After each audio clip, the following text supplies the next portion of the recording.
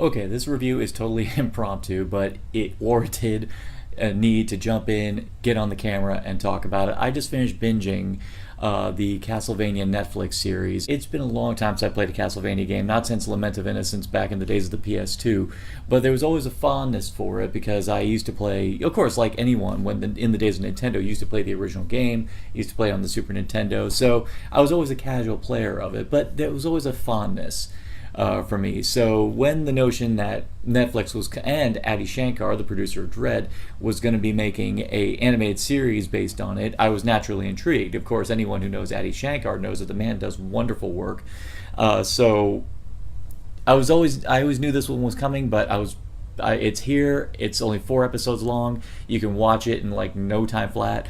But man, is it a blast! It's an anime, and the animation is utterly gorgeous. The action scenes are beautifully staged, and the anime style really it's what Castlevania was made for. It's so many things. I just finished watching it, so my emotions are kind of all over the place. But I can definitely say, beyond Castlevania, just in the throes of vampire lore, of Dracula, and all that, this is probably some of my favorite takes on it.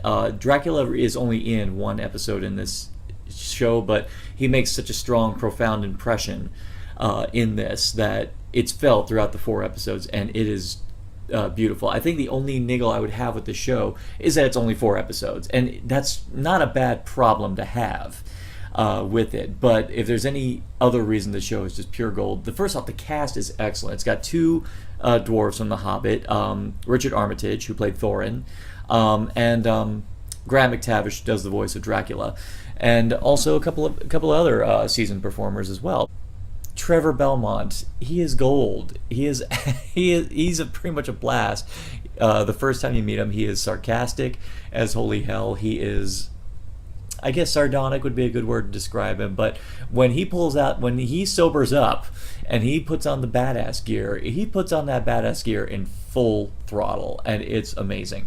Yeah, I can't think of anything else because once again, mine's all over the place because that's how good this show is. I implore you guys, watch it. All you guys watch it, so that way we get another season, because it does end on an amazing cliffhanger involving a seasoned character from the games. So if you love Castlevania, or even in general, even if it's not even about the game, if you just love, very gothic vampire lore, if you just love any of that, this show is a must. The action's great.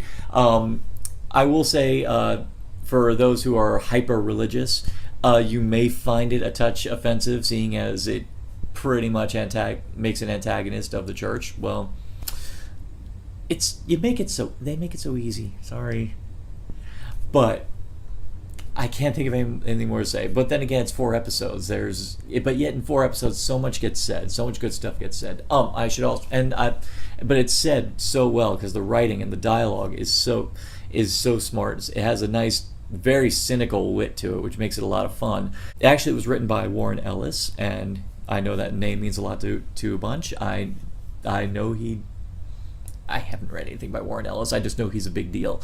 But you know what? I want to read more by Warren Ellis after this. So if you love Castlevania, if you love Warren Ellis, if you love Adi Shankar, if you love Castlevania, I strongly advise you to watch this. I'm going to forego with the dish rating because this is kind of a capsule review, but I'm definitely going to say this is definitely a must. Just simply say Narcotic Castle recommends.